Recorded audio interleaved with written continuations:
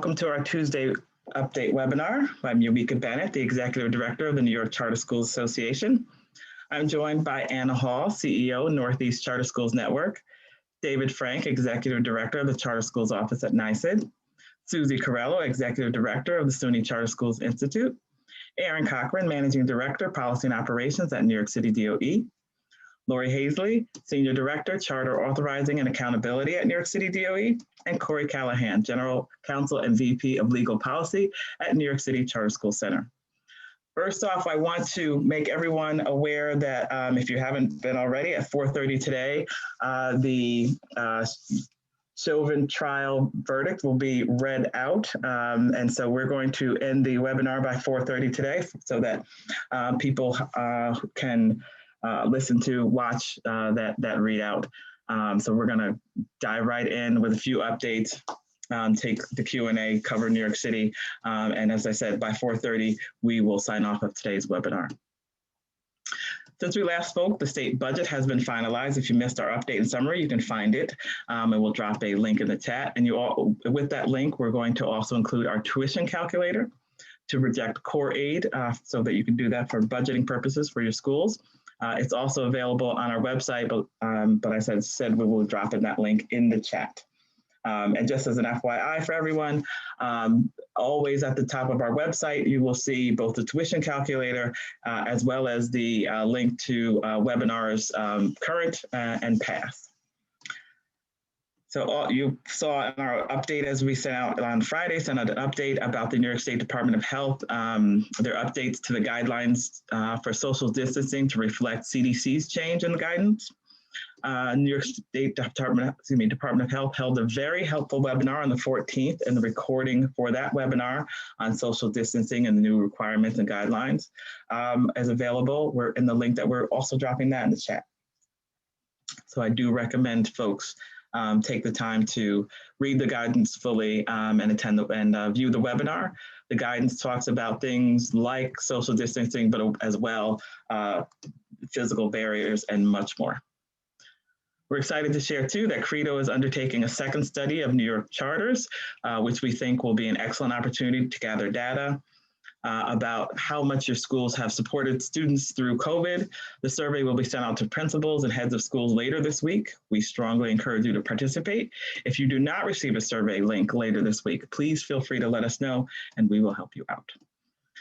In partnership with Achievement First, the New York Charter Schools Association will be hosting an immigration information session on the 21st, that's tomorrow, from 6 to 7 p.m. to inform communities of the forms of immigration relief available. Please help us spread the word about this event and share with your families. And surprise, surprise, we're going to drop a link in the chat to flyers and registration information. The COVID-19 has exposed racial disparities and inequities and the brutal impacts of racism. Hate crimes against Asian American and Pacific Island communities are among those things that COVID-19 has brought to the forefront of public consciousness. We see now in full relief what is happening for folks who are members of Asian American Pacific Islander communities and the hate that follows. There are bills out there in Congress. There's the COVID-19 Hate Crime Act. Folks in the charter community, education community are taking action as well. The Stop Hate movement has emerged to bring about this change, and today at 5 p.m., Educators for Justice will lead the Solidarity March with the Asian American Pacific Islander community. The march will start at 1 Brooklyn Plaza. To join the march at 5 p.m., show up at 1 Brooklyn Plaza. Please bring your PPE.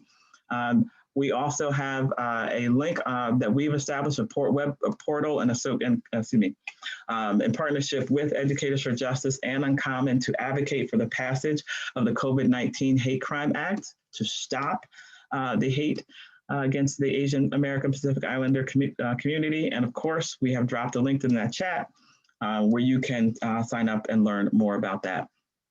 Finally, please join us on April 27th at 4 p.m. So it's this time next Tuesday at 4 p.m.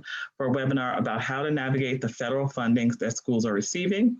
Please join that chat to learn more. Okay, now we have all those updates. Lori, Susie, and David, turning it over to you for updates. welcome. We'll start with you, Susie. Oh, I'm the lucky winner. Hi, everybody. I just want to underscore that the survey is coming. The survey is coming, as I feel like we said a year ago. So I will join put links in the chat and put in a link that gives you a little bit of information around last year, and really appreciate your willingness to respond again this year. The principals of the buildings will be hearing directly and getting the survey from the folks at Stanford. And if you have questions about it, I'm going to stick Dan Christiani's email in the chat so that you can reach out to him directly. A quick reminder that the facilities questionnaire for SUNY through Epicenter was due on April 15th. There are 7 Ed Corps that we're still waiting to submit. This information really helps us track your facility changes and assist with any documentation or updates that you might need. So if you could please respond, I would super appreciate it. And then my team will stop bugging me to bug you. Also, just as an upcoming, remember that your application and admission information is also due in Epicenter on May 3rd. And finally, not due until June 30th, but the budget prep materials from the Institute, both the guidance and some templates, are available. And if you need specific help, feel free to reach out to me or anybody else on the team. I just want to give a big shout out. I heard from many of you last week. I sent out a newsletter that talked about some bright spots and asked you to send more, and you did, which was great. Please keep them coming. Those are my updates. All right, great, thank you. Hi, David. Hi. So I think this is very timely. At their last board of regents meeting, the regents adopted a framework on diversity, equity, and inclusion. It's a draft, but it'll certainly inform our practice as an authorizer and as an SEA in general.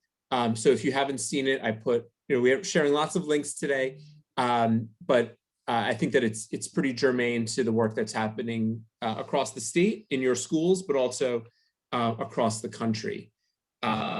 Just a few other things.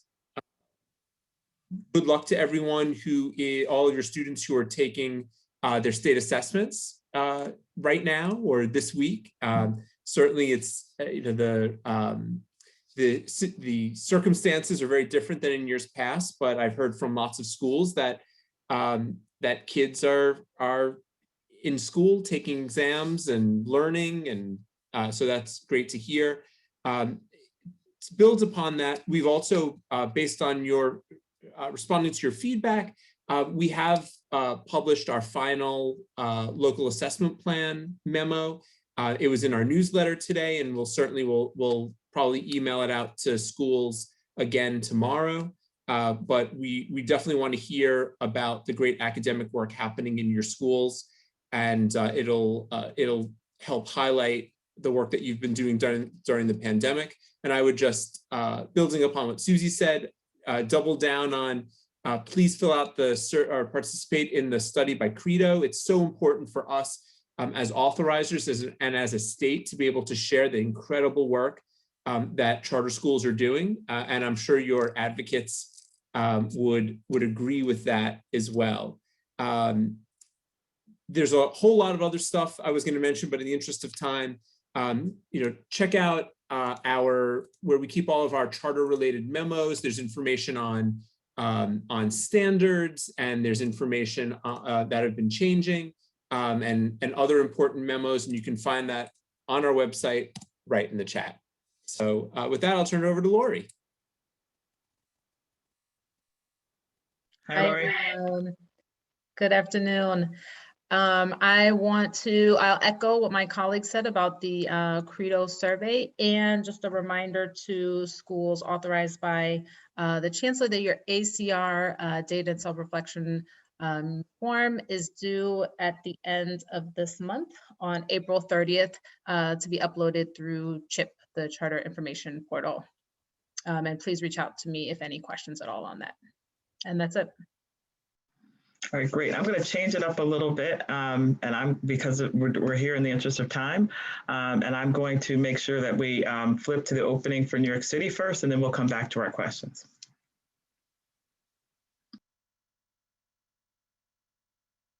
Great, that's me. Sorry. So good afternoon, everyone. I will quickly put in the chat. And Erin, you're on camera. Hi. Look at you with your fancy background. Yay. I know. So I will put in the chat. Sorry, you guys found me multitasking. I apologize. DOE, DOH call invite is this Friday. If you have any health questions, please make sure you either submit them through the DOE's portal or you can send them to me. And I know that there have been many questions, particularly about the 3 feet rule and how that is impacting New York City specifically, given from the Department of Health, whether you're in private space or co-located space, and DOE's determination on that front. So I will start with that as kind of the general question proposition, Erin, to respond to, and then any other announcements that you have. Sure. Sorry, can you recap the question?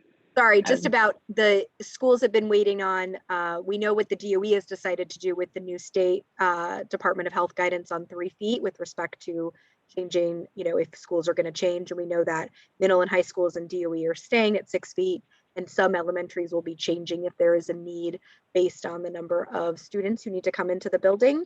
But we've been awaiting updates from the Department of Health, since it's the locality, with respect to charter schools in either private space and then co-located space, if there's any additional guidance that they need to take into consideration when following the new state guidance. Right, we're still waiting on DOHMH to provide guidance. So more coming. Okay. Any announcements you want to start with, and then I can hand it back over. I don't know if we're gonna do questions first with the authorizers. I'll turn it back over, Erin, unless you have any announcements. Yeah, so just 2 quick announcements. The first one is just a reminder that charter schools do not need to follow the DOE policy of allowing families to opt in. That is just the DOE policy. There's no obligation if you have a remote student to invite them to take the test. And if you are fully remote, there's no need to arrange to provide tests if that is not part of your plan. So I just want to remind folks that the opt-in policy is purely a DOE policy.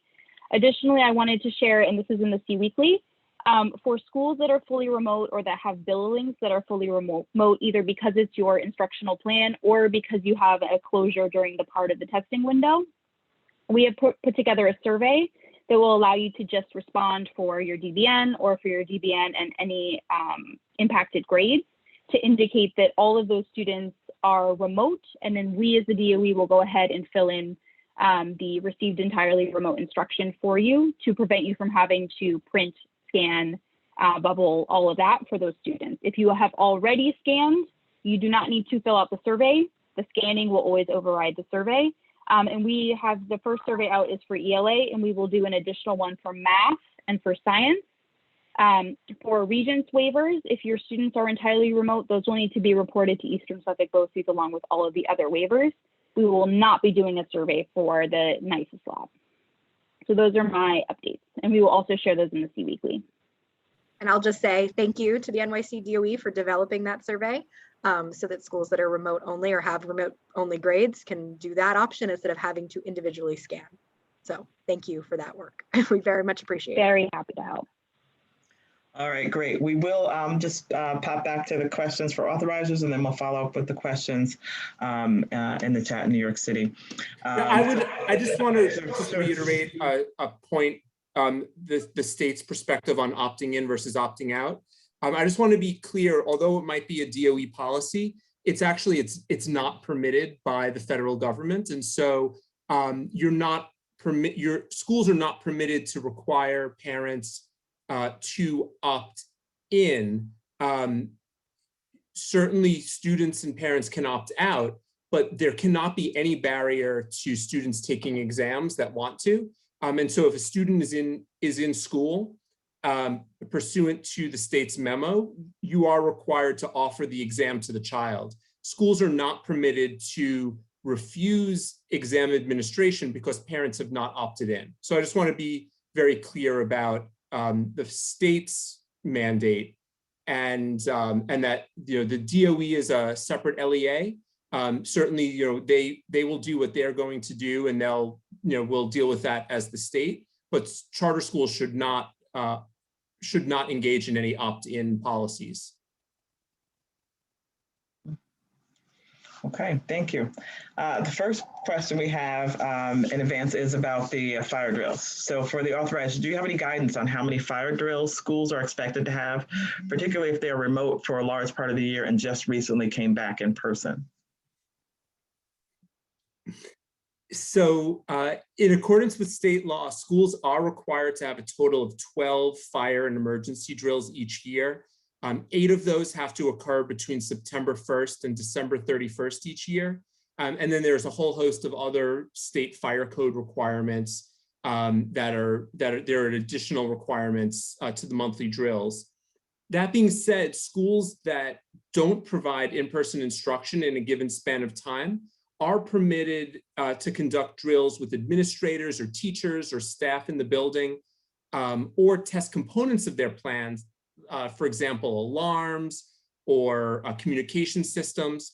As schools reopen, they are expected to share any changes in drill procedures with their students prior to conducting the required drills. And so there is a lot of flexibility. Also keep in mind that because students may have been absent from the building for long stretches of time, they might not respond quickly or appropriately to drills or know what to do in the case of an emergency. And so schools certainly should take that into account, given that the health and safety of our students are first and foremost. Great, thank you. The second question we have before I move on, I want to make sure, Susie, Lori, anything you want to add, cosign, etc. All right, we're going to move to the second question, which is, are there any requirements around how many minutes of instruction in core content areas, are required across the week? For example, 225 minutes of math, does this, etc. Does this differ, and does this differ for remote, hybrid, or in-person learning? Whoever. I would say that I mean, their schools are expected to provide 990 or 900 minutes of instruction over 180 days of school. And under those parameters, though, there are flexibilities to provide that instruction remotely or in a hybrid environment due to the pandemic. That being said, there are no mandates for hours of instruction or minutes of instruction, rather, for the core for subject matter, unless your charter or your authorizer requires otherwise. Okay, great, thank you. That's what I have, and I see Lori, Susie, you're giving a thumbs up and nodding. All right, all good. All right, we're going to move on to the Q&A. All right, I'm ready. Continuing on the testing theme, I think both of the questions that we currently have are continue to be about testing. ELA window opened yesterday, so hopefully it's going smoothly for folks who are administering it. So if a building is closed for part of the testing window this week due to closure policies, can a school continue makeups after 4/29 if they finish those makeups before the scanning deadline? Not to speak for you, David, my answer is no. If you can't administer the test during the window to a student who would be in person during the window, so any student who is in person during any day of the window should be administered the test. And when the window closes, which is next week, you stop administering, even if it's before the scanning deadline. Agree? Disagree? Well, Debate. I would punt, and I would say we have an amazing we have an amazing assessment team here at State Ed, and I would say they are the experts in testing procedures. So I put their email address in the chat. And for any questions regarding state testing, they're the people I go to. Any information I would give would just be reiterating what they tell me. So I would just go right to the source if I were you. And I will say those folks are stunningly responsive, given how many questions I would imagine that they're getting. So Rachel, who asked the question, don't take my word for it, go straight to the source. But my understanding is administer to any student who is in person during the testing window. But once the testing window closes, it closes, just as in the past, even if it is before the scanning deadline. All right, so for schools that are fully remote and are not testing, and I think this is for David, Susie, and Lori, because this is sort of a general authorizing question. Can schools issue a failing grade in a subject? So maybe I would even amend this a little bit further. On what grounds would each of you recommend that schools contemplate issuing failing grades? And that makes me look at my crystal ball and think that we should be prepared to speak in more detail, potentially in 2 weeks, to questions about retention. So thoughts on that? I would say first and foremost, if you have a policy around grading and promotion, that I am hopeful you have looked at that policy before now, because that, policies are always good governance practices. So one is, first and foremost, go back and look to see what your past practice has been, and a policy if you have one, and determine whether or not the provision of failing grades this year for kids is in alignment with that. If it's not, because it would be strange if it was, but if it's not, I think there are some unique things to consider. And I in no way would tell a school that they could not indicate that a child had not gained the knowledge and skills they had hoped for during this year. We would just be really happy as your authorizer to help you think through the logical steps of that. So, and my hunch is it's going to be different for each of the schools or the networks. So we're happy to talk you through your thinking on that, so that you make really good decisions that are in alignment with what you have done over the course of last year and this year.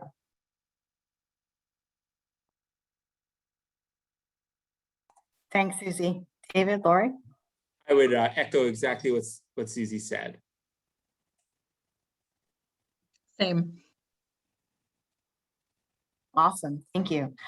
And so this is still a testing question. It might cross over a little bit between DOE and SED, because it's a follow-up on a question, Erin, that you answered in the Q&A about the NYSESLAT and the NYSETEL.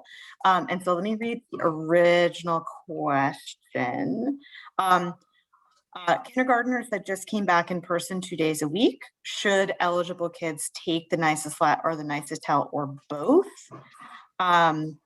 So Erin, your answer in the Q&A was that if they're in person, they should be tested for whichever exam they're eligible for. And follow-on question is that there was recent guidance that said the NYSESLAT can replace the NYSETEL. So could I just summarize and say either whatever they're eligible for or the NYSESLAT? Folks agree? David looks like he's... I would, oh, am I on mute? No, you're not on mute. Oh, good. Phew. Yeah, I mean, I would recommend reaching out to our Office of Bilingual Ed and World Languages regarding that. And I can put their information in the chat. They're a great resource for any L related questions. I just don't know. I don't know the answer. Erin, thoughts? Didn't mean to call out your great Q&A responsiveness. Oh, no worries. When you interpret and or both differently. So Totally. I'm understanding the question's a little bit different than how I answered it. So I need to get confirmation. Awesome, thanks. All right, so then last general one before I turn it back to New York City, and I know this is a big one, and I think I know already what the answer is, which is have faith and patience. But so any guidance for next year in terms of opening in person, hybrid, etc. We don't have any guidance yet from the state ed department. I think you summed it up well, Anna. Have faith and patience. You know, I know some districts and even some charter schools have already announced what they're doing next year. And so you might want to look what they're doing to read the tea leaves, but we don't have any guidance yet. I just would be super interested in, and I've talked with a few of the leaders in the last week or so, but I would be really interested in understanding from the schools where they're seeking guidance. I think there's everything from, can we have, everybody all rush the doors at the same time on September 9th or whatever it is, to continuation of PPE, to staggered scheduling, to hybrid instruction. There are just a lot of areas where I think you are planning and thinking, and would love it if you would kind of flip that around and say, we'd love guidance about X. Susie would love an email or a phone call or anything from you that gives us an idea of that. Yeah, I would say please crowdsource those things. We can have a whole deep dive on it, and we can push not on our fair friend David, but other folks at SED to accelerate their thinking and proclamations related to all of those sorts of things, which took until July 13th last year. I'm gonna believe the best of the great team at SED and say that it will not take that long. And so Stacy just asked a follow-on question. I would want to know if remote instruction will still be allowed or if it will be expected. David, Susie, Omik, and I had a recent conversation speculating on exactly that. Folks are probably aware that Mayor de Blasio has already made some statements about the expectation that there will be a remote option in New York City. And so, we'll see what tail wags what dog, but my personal crystal ball would be to say that the best course of action right at this minute is to understand from your families at a great level of detail what they're comfortable with and in what circumstances, so that you're making decisions in reaction to their needs as opposed to because then we can also help to advocate for you all for what really is the most comfortable thing for your families. And so then before I turn it over to Corey, Eric asks, any recommendations from the authorizers on how to best budget for federal funding rounds? I do not want to step in front of David, Lori, or Susie, but I will say we have a webinar planned for exactly that topic 1 week from today, same time, different link. Emails have gone out about that, and welcome folks to join that. If David, Susie, or Lori, you guys have any recommendations, don't want to step in front of you. No, I think that's a great answer. All right, Corey, I'll hand it over to you, although the remaining DOE question I saw disappeared. And so it looks like Aaron answered. I don't know if it's helpful to voice that over or to let folks wrap, because it does look like things on the national stage are playing out. Yep, and I'll take that, and I will say that we will wrap at 4:30 as we promised we would. Any additional questions that you may have, please email me. We'll either get them back to you in an email or we'll tag them for the next webinar. Have a good evening, everyone. Thank you. Good night. Take care, everyone.